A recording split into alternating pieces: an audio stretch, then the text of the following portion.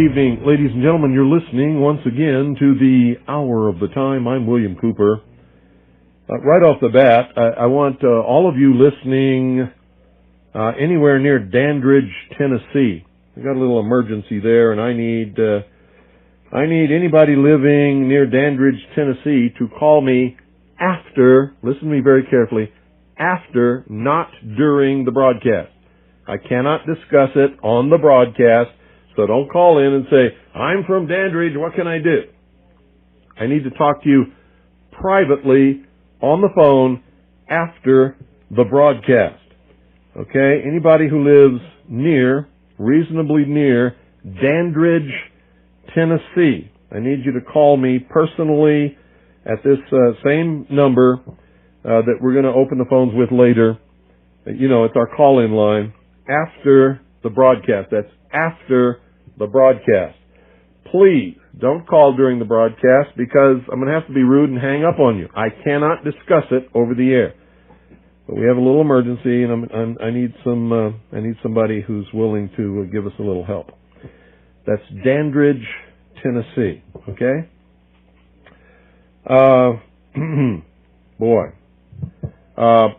Let me tell you right now that you're lucky to be hearing me live tonight because last Friday I get calls from several different people who are on their way here. And all this week we're going to be meeting and making some decisions and some plans. And I will not be live on the air again after tonight until July the 3rd. You'll be hearing reruns on WBCQ tomorrow night through July the 2nd, and then I will be back live July the 3rd. For those of you listening in the Round Valley, there will be no broadcast of the Hour of the Time in the Round Valley again after tonight until July the 3rd. I'm going to be busy with a lot of people coming to visit. We're going to be talking over some very important things, making some decisions, and making some plans. And ultimately, you're going to know about these things, but probably won't be for a while. These are very important people in the Patriot community, and these are very important meetings. And as far as I'm concerned, these are the cream of the crop of the people in America who are willing to fight and die for their country if need be, and they are, in my estimation, the modern founding fathers. If there ever could be a parallel to the founding fathers, these are some of those people. Not all of them, but some of them. And so that's what I'm going to be very busy with for the rest of this week through the weekend and Monday. And they should all be gone Monday evening or Tuesday morning, and then I will be back live on Tuesday evening. And for all of you out there who are listening, we're not plotting anything. We are American patriots who believe in the Constitution. We believe in the law. And we believe, as I have repeated over and over again on this broadcast, whoever fires the first shot loses. The feds have done that several times, and they're in the process of losing because of it. You don't have to worry about anything that we're going to do. But I will tell you this. If and when civil war breaks out in this country, you will find us the most formidable force that you can imagine, and we will go after the enemies of this republic without fail. We will pursue them aggressively, and we will fight and take down any foe that we come into contact with. As you all know, I am the intelligence director for the Continental Army of the second. I don't want to impinge upon the proper credit due to those who were members of the Continental Army of the Republic. We are the Second Continental Army of the Republic. It is made up mostly of active duty, honorably discharged and retired enlisted men and officers who have served in the armed forces of the United States of America. So that should give you some idea of what we might be capable of. We are not planning, nor do we, or will we, ever take part in any revolution. When you hear the word revolution, the word masses, the word, lots of these little code words, those are communists speaking. And believe me, you don't want to take part in a revolution in this country. You want to take part in a restoration, which is exactly what we intend to do. We will restore a constitutional Republican government in this country. We will do it with the moral high ground. We will never fire the first shot. But when the first shot is fired, I guarantee you, there will never be another Waco. These things are not going to occur in this country again. But the powers that be, that plot these things, that plan them and carry them out, they can't resist it. And so eventually they will fire the shot that will be, once again, like at Lexington and Concord, heard round the world. And when that happens, we will take them to task in earnest. And believe me, we will take them down, and we will restore constitutional Republican government in this country. And lest you misunderstand what I'm saying, I don't care what you believe in or who the hell you think you are. Listen to me very carefully. Patriots are everywhere, and they outnumber the scum-sucking socialist communists in this country. Not only that, but we have guns and they don't, because they don't believe in it.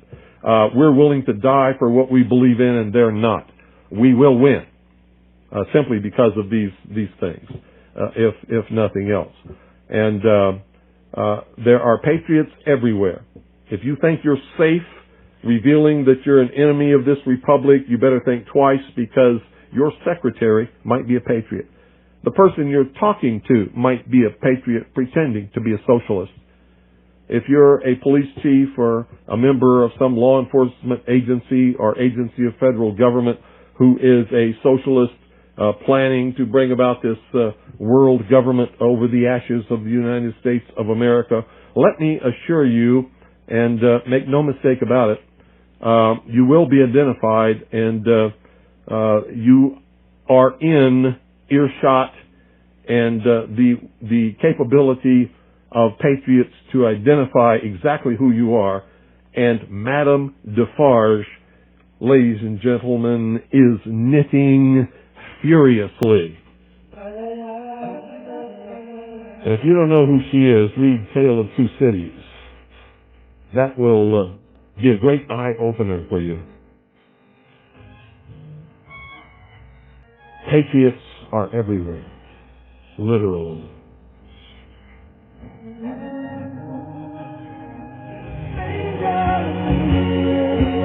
Ladies and gentlemen, have you been paying attention to the news lately? After the anniversary of the Oklahoma City bombing, we were bombarded with anti-patriot, anti-militia, anti-constitutionalists, that's people who believe in the Constitution for the United States of America, anti-American propaganda. And then when the execution of Timothy McVeigh occurred, once again, prior to and immediately following, the same thing occurred again, and this word extremist was used over and over and over and over and over and over and over and over and over and over again. And now we're being bombarded with messages that Osama Bin Laden is planning to attack the United States of America and Israel. And I'm telling you, be prepared for a major attack. But it won't be Osama bin Laden. It will be those behind the New World Order who once again want to take the guns and the freedom away from the American people, because we're the only ones left in the world who can oppose the destruction of freedom in the world and the implementation of a one-world totalitarian socialist government, and that is the goal.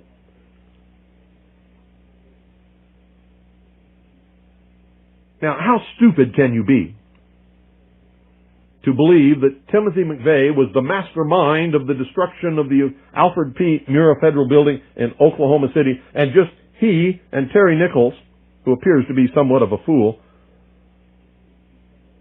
plotted, planned, obtained all the different materials, put together a bomb of such force that it brought down what we call in the military a hard target, a target held up by steel, reinforced, concrete, columns, and he had no help. No help. And that there really was no person called John Doe number 2, that was all a mistake, and the drawings and the pictures they put out were not real people, and that was all a mistake. Well, I know that's a lie because Michael Brescia, who is John Doe number 2, the spitting image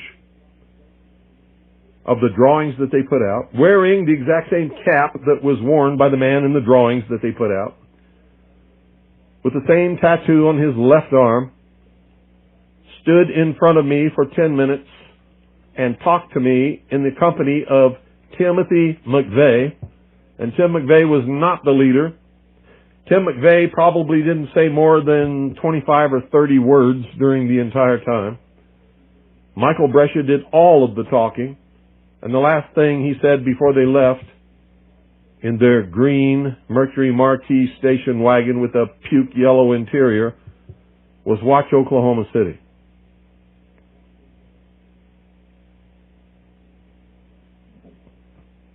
If anyone was in charge, at least on that day, it was Michael Brescia, John Doe number 2, not ever Timothy McVeigh. They told us during that conversation that they were setting out on a mission to make things better in this country, and that they had the approval of the United States Army, who had implanted them with computer chips, had given them their blessings, and knew exactly where they were and what they were doing all the time. Michael Brescia showed me a place behind his left shoulder and said there was a computer chip that had been implanted under his skin by the United States Army. I felt it. There was something under his skin. Without a doubt, it was hard. It felt like it was square. It wasn't very big.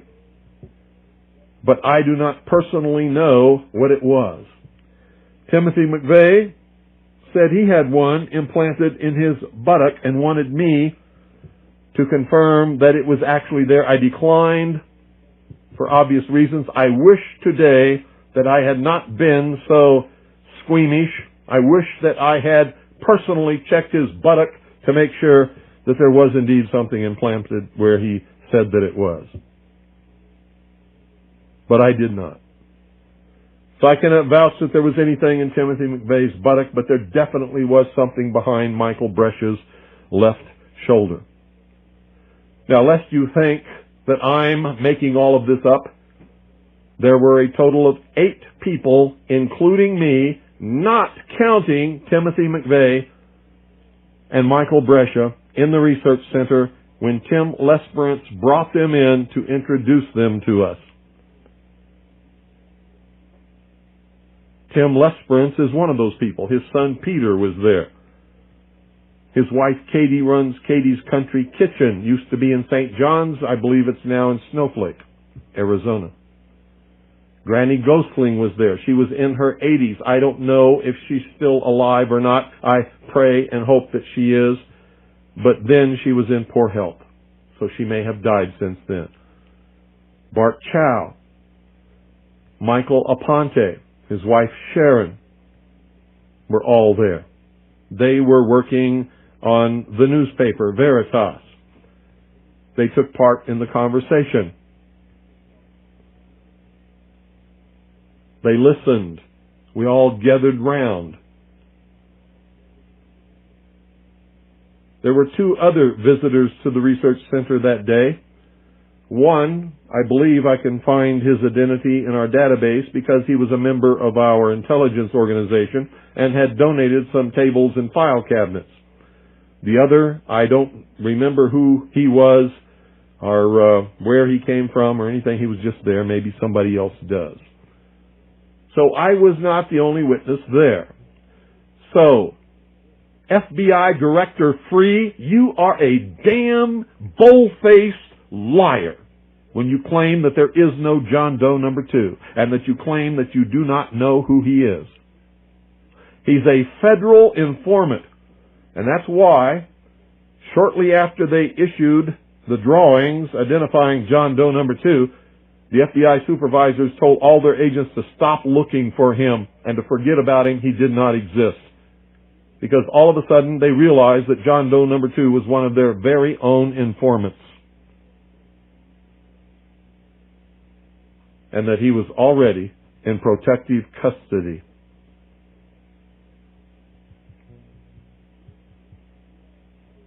Louis Freeh, you are a bold-faced liar. The FBI is a subversive organization, has been for many, many years. They are a partner in taking down this country. Timothy McVeigh did not plan, nor did he put together, nor did he blow up the Alfred P. Murrah Federal Building, although he was a witting fool recruited by someone on the grounds of patriotism. I'm sure he was told that he was going to help squash internal dissidence and terrorism in this country. I'm also sure that he didn't believe that the bomb was really going to go off. I'm certain, just as sure as the day I'm standing here, that he probably believed that if it did go off, it would go off before anyone reported to work, or he believed that it would never go off at all. Why would he take credit for it when he's on death row and he knows he's going to be executed? Hell. Why not at that point? But I don't think he did it for that reason. I think he played his role right to the very end.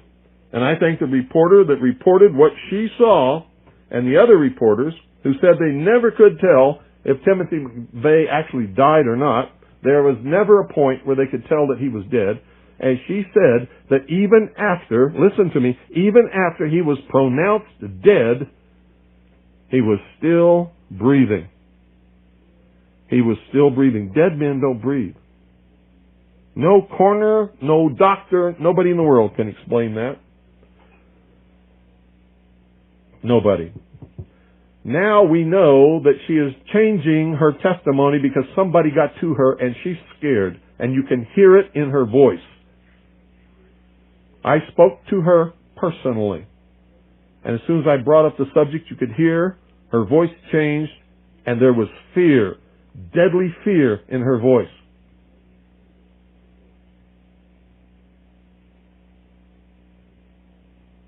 And she never denied what she had originally said, but she told me that she had probably misinterpreted what she saw. Typical of the history of these people. She knows if she sticks to what she told in the beginning as the truth, she will surely die. If you listen to the testimony of all the other witnesses, they said the same thing. There was no point where they could ever tell that Timothy McVeigh was dead. Well, if I was standing there watching, I would know when he was dead. He would be dead when he quit breathing.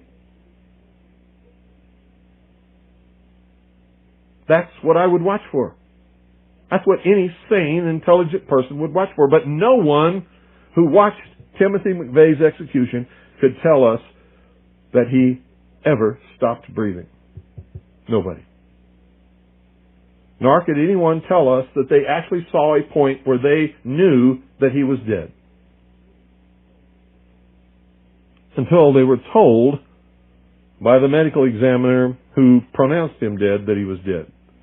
And then they believed it only because he told them, not because they had any proof that it was true. There was no autopsy. The body went straight from the prison, or so they tell us, to a morgue where it was instantly cremated. How could they do that in a state that requires all homicides to be autopsied? What is a homicide? Any death brought about by the hand of man, including executions. Whoa! How about that?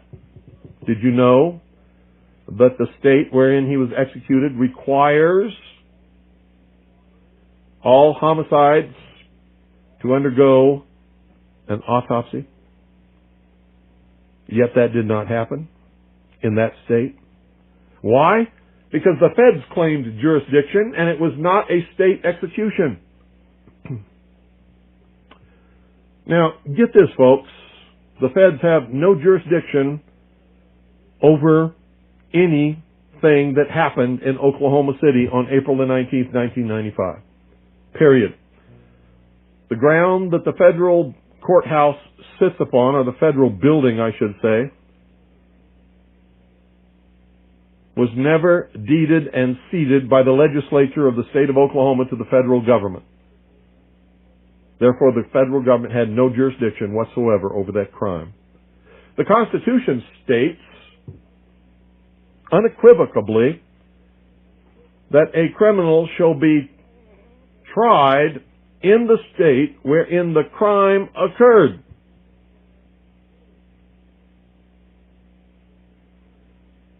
Yet he was tried in Colorado. Where was he executed? He wasn't executed in Oklahoma or Colorado.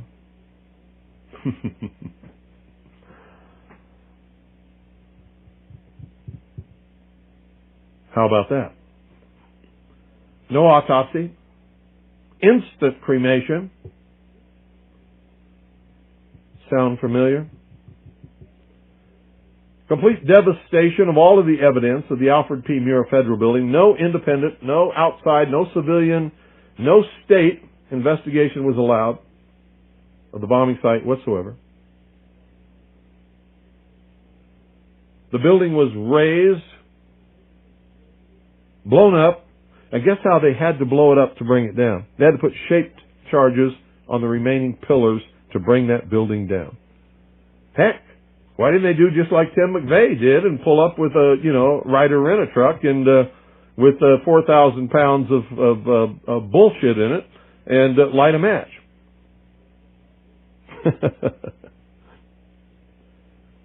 Why indeed?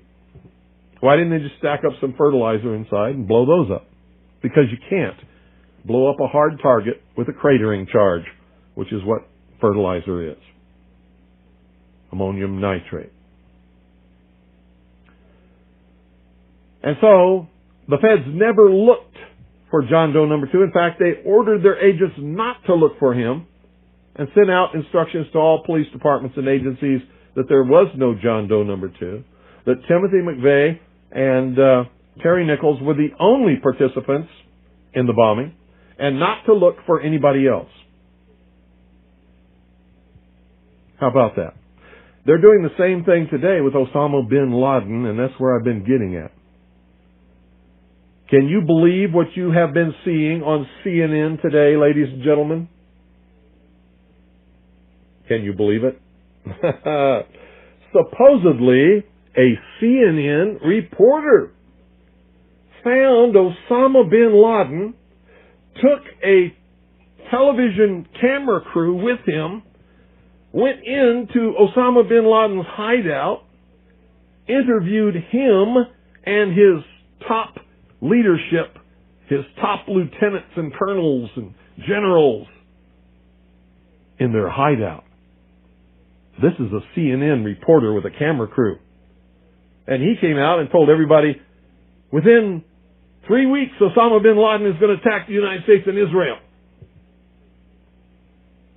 Now, don't you think that's kind of strange, folks? You see, because the largest intelligence apparatus in the world, with the biggest budget in the history of the world, has been looking for Osama bin Laden for years and years and years, and can't find him. The FBI also, under the leadership of Louis Freeh, has been looking for Osama bin Laden for years and years and years and years and years and many years, and can't find him. Some doofus, jerk-off reporter with a camera crew waltzes right into his hideout and interviews him.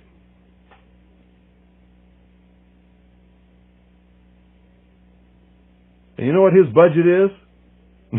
Zip, zilch, nothing. Now, that tells us two things. Either everyone in the intelligence community and all of the intelligence agencies of the United States government are blithering idiots and incompetent fools, including the entire apparatus of the FBI and all of their personnel, or they're lying to us. They're not looking for him at all. And the second is the truth. You see, the CIA created Osama bin Laden. They recruited him. They trained him. They found his leadership. They brought them all together. They showed them how to fight the Soviet Union in Afghanistan, and when that was over, they still continued to fund him and train him, and they're now using him to help bring about world government by making him the big boogeyman because they can't use Saddam Hussein anymore. Did you ever hear of Osama bin Laden before you heard of Saddam Hussein? When did you start hearing of Osama bin Laden? It was after Saddam Hussein and Iraq were supposedly neutralized in the Gulf War, because they needed a new boogeyman. But they're not looking for Osama bin Laden, because I'm telling you right now, if I were the head of the Central Intelligence Agency, within 2 weeks I would have him dead or in custody without fail. Without fail.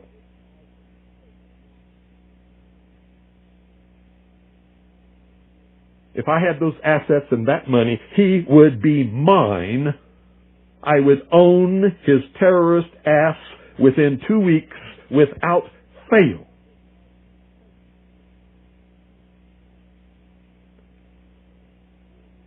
A reporter from CNN and his little camera crew got in to Osama bin Laden's secret hideout and conducted an interview. If you don't believe me, tune into CNN. They're probably running it right now as I'm speaking.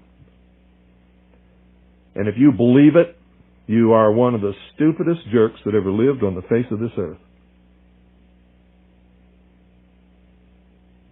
And whatever is going to happen that they're going to blame on Osama bin Laden, don't you even believe it. Another social engineering project to change the minds and the attitudes and the beliefs of the people of the world, and especially the United States, to bring about one world socialist totalitarian government.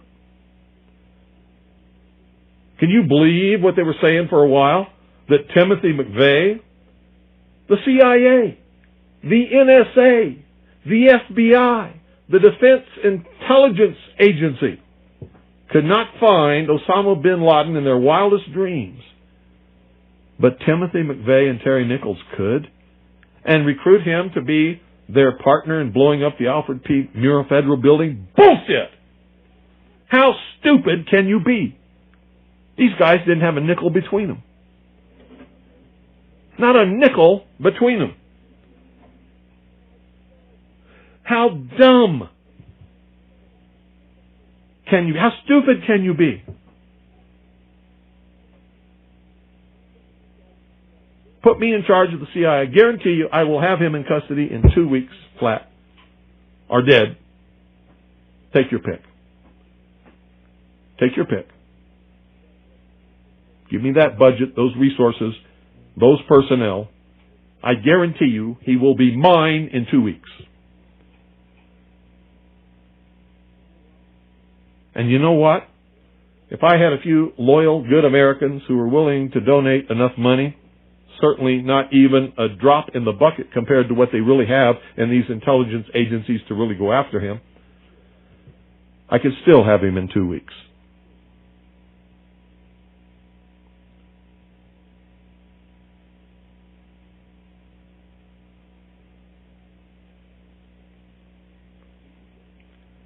Piece of cake.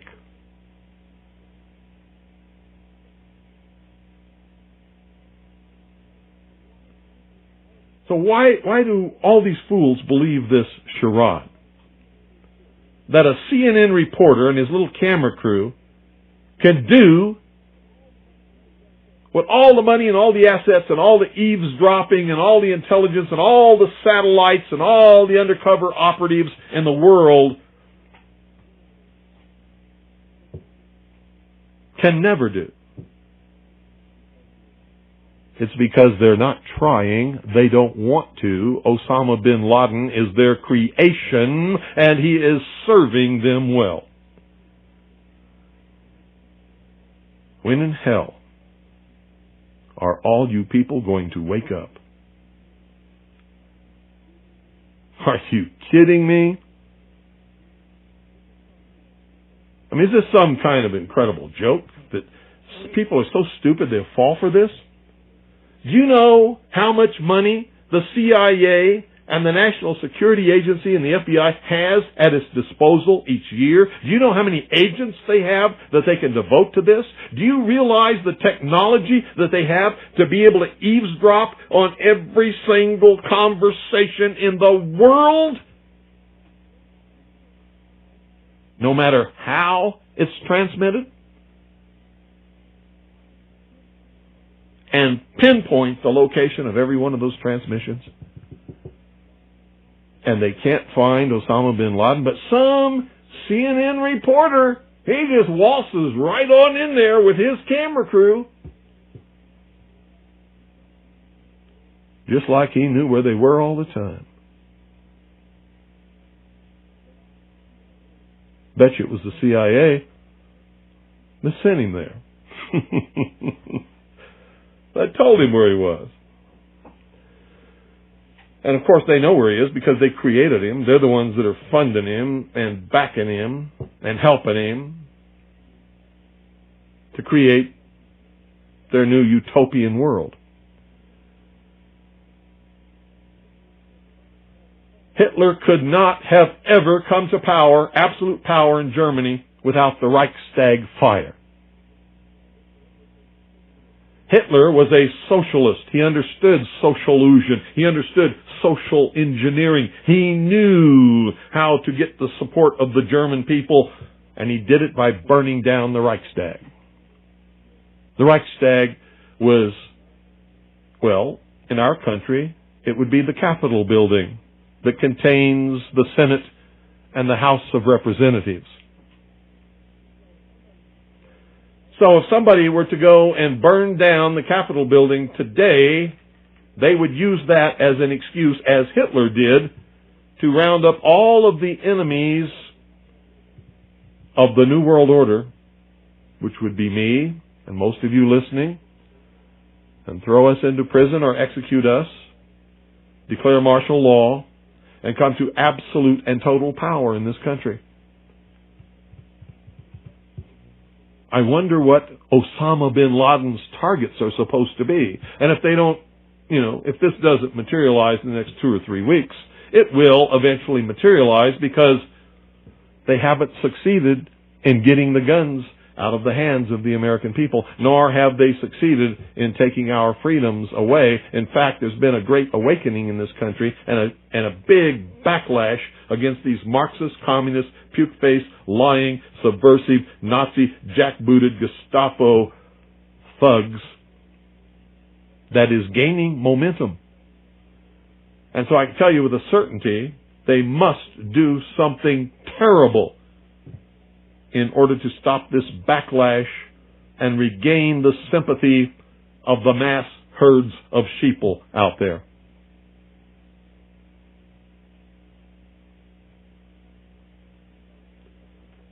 And I'm telling you, one of the things that will give us the moral high ground and will begin civil war is the day that they begin declaring martial law across this country, taking guns out of the hands of the American people and rounding up American patriots. The war will start on that day. On that day.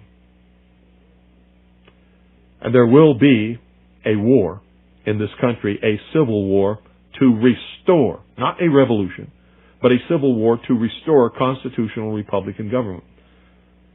Now, at the same time that that's going on, communist and Marxist underground forces will begin, or try to begin, a revolution in order to institute a Marxist, socialist, or communist government as a result of the Civil War. So we, patriots, will be fighting on two fronts. On two fronts. And you'd better understand which side you're going to be on. Restoration, revolution, or tyranny. I'll be fighting with the forces of restoration, and so should you better be.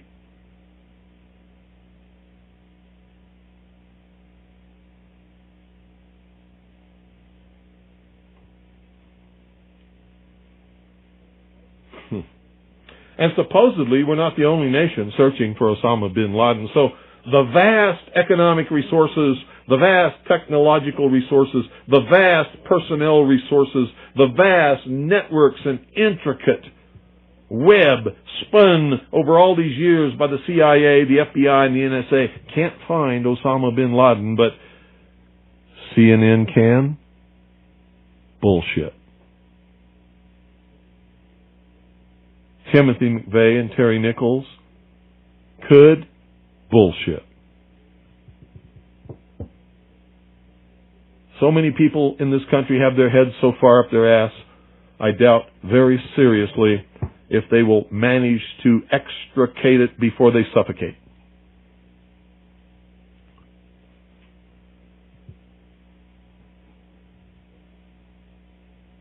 What a shame. What a crying shame. How in the world could this country of all nations breed such a dumbed down, unthinking, illiterate, uneducated, stupid, ignorant population? Anybody got a clue? We're going to open the phones. 520-333-4578 is the number. Be right back.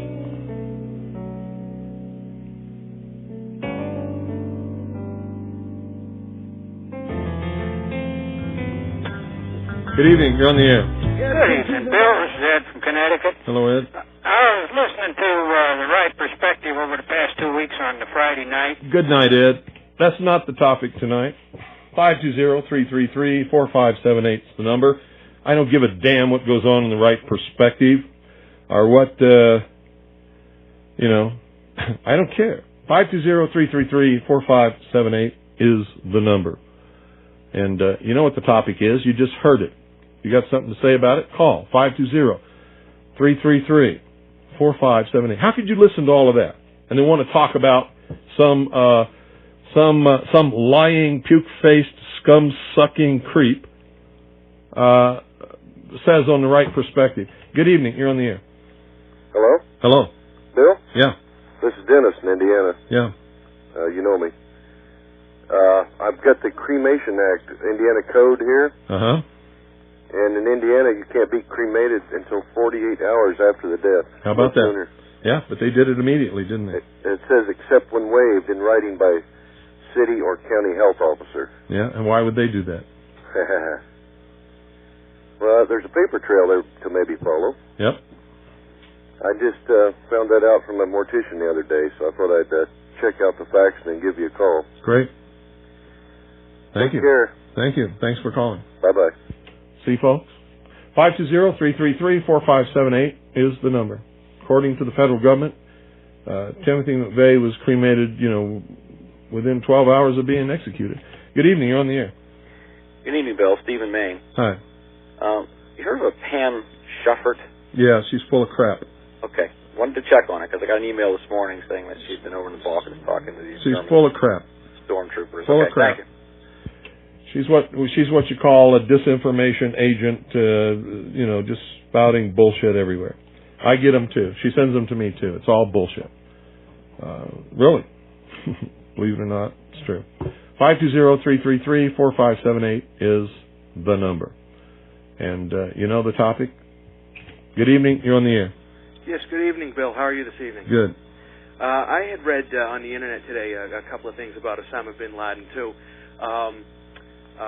with regards to the CNN reporter getting into his ultra-secret lair, whatever the hell it is, you know. And I couldn't help thinking the same thing. Must be on the moon, huh? Well, yeah, you know. Oh, well. How'd this reporter get there, you know? It's amazing how you have all the American intelligence agencies, British intelligence agencies, everybody's looking for this guy.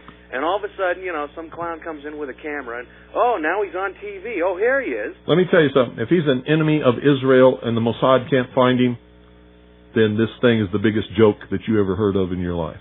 Yeah, exactly. I was actually trying to explain to some friends this weekend, you know, about how Osama Bin Laden is just the next. I even said he was the next Saddam Hussein. Yeah, he's the next boogeyman. Find some dark-skinned guy, and everybody can go, "Ooh, we hate dark-skinned people," you know, and hide behind this guy. And I actually think if anything does happen, which is very unlikely, it will. But no, that's not true. It is very likely that it will. Believe it or not. I mean, in the next 2 weeks.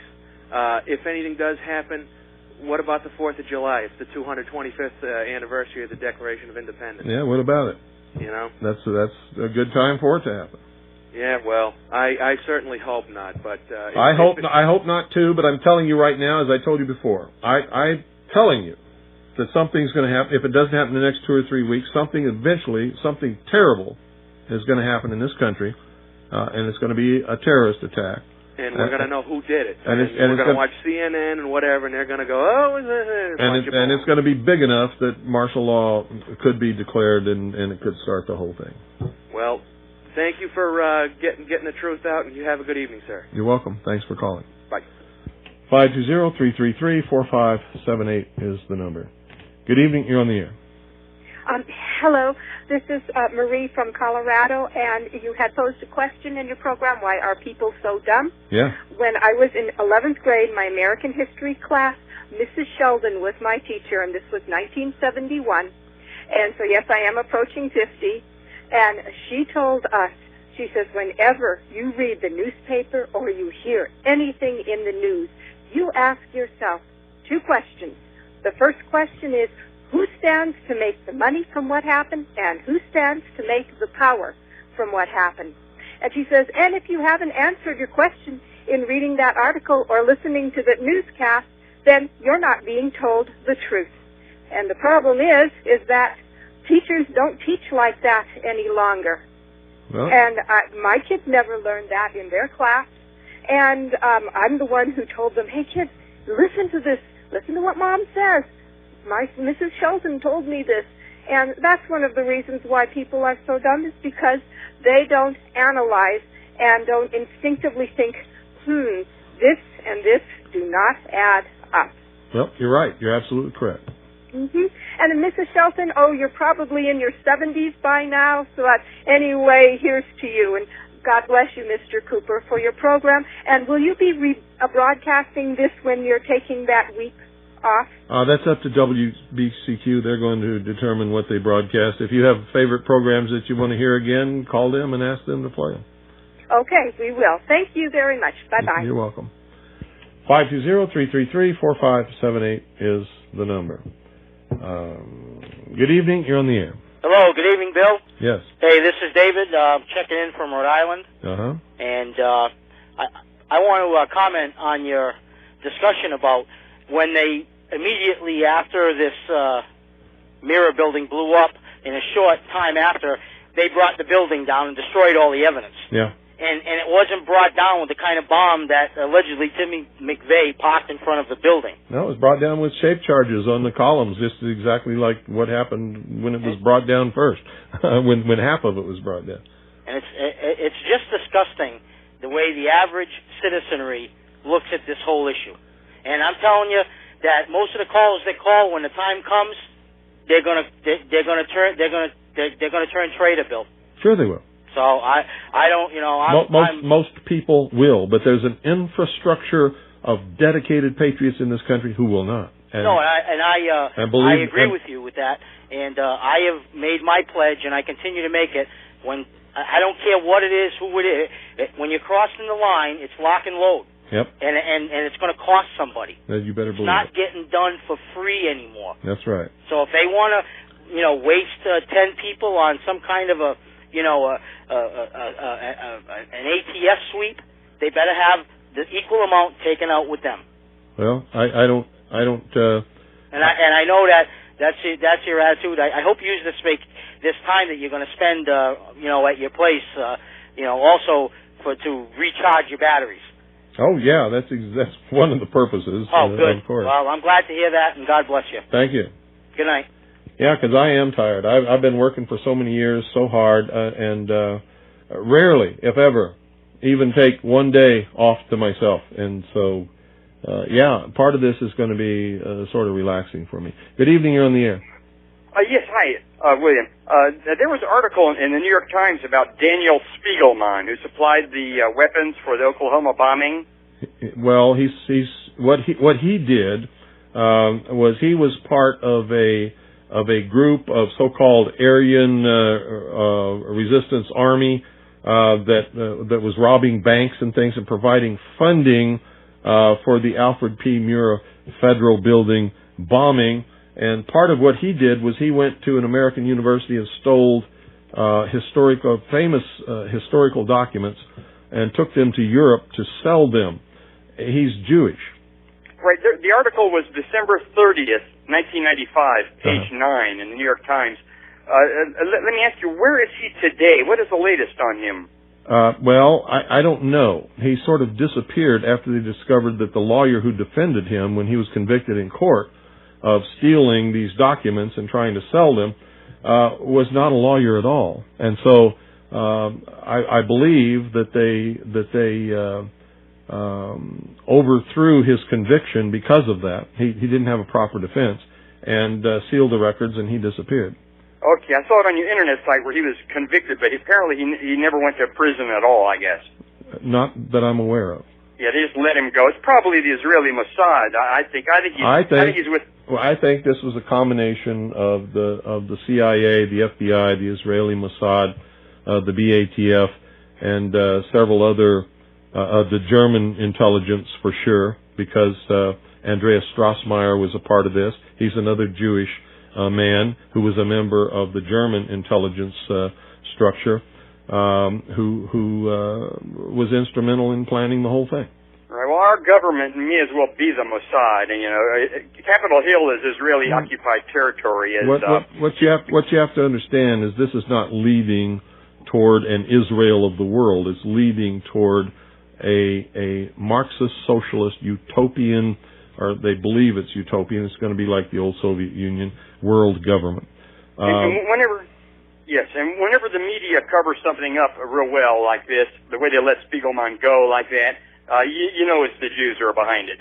No, we don't know it's the Jews behind it, and I've never said that, and neither should you.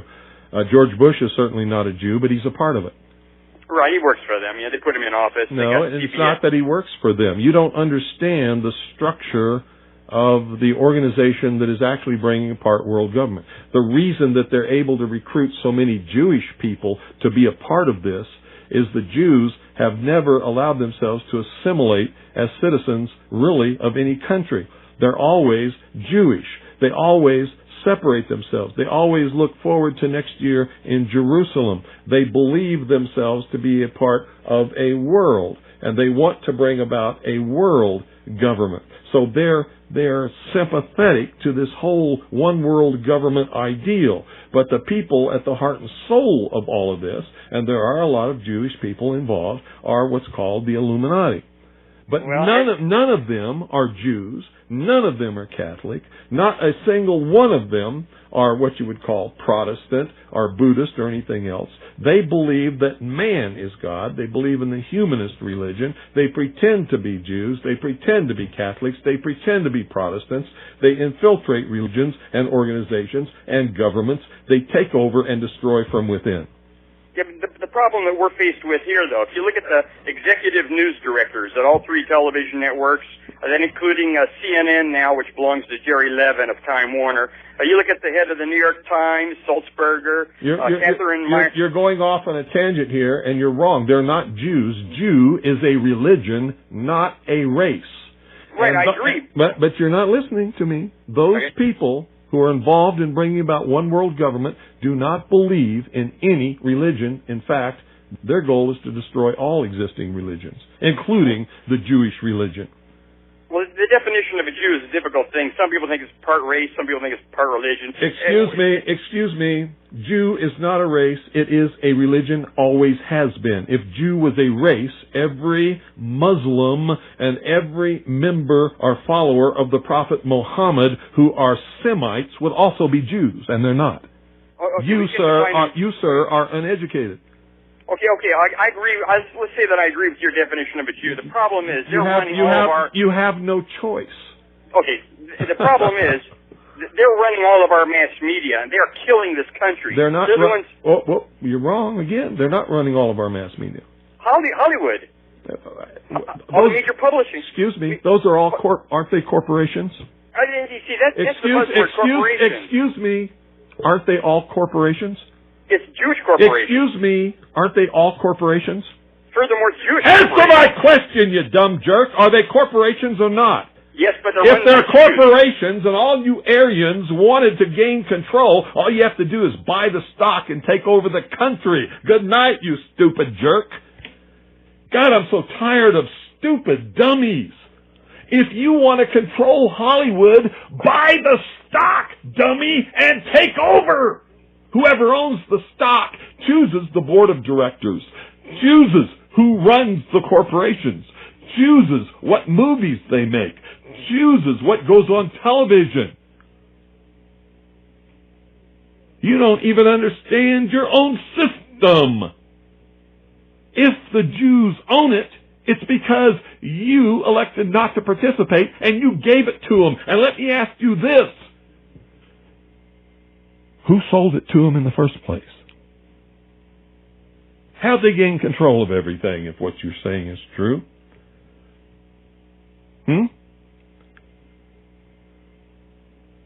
I'm just so tired of this stupidity. You want to blame somebody? Blame yourself. You see, you could all own whatever you want to own. Buy the stock. Take over. Fire the board of directors. Appoint your own board of directors. You can own it. Good night. God bless each and every single one of you. Good night, Annie Pooh and Allison. I love you.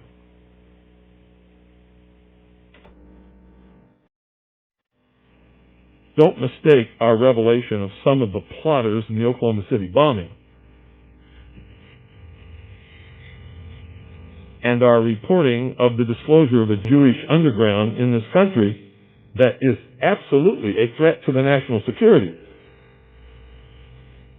as confirming your misguided beliefs that Jews control this country. They don't. We do. We do. You understand that? If you don't, you better get a handle on it, and you better learn it real quick. If they control it, it's because you gave it to them.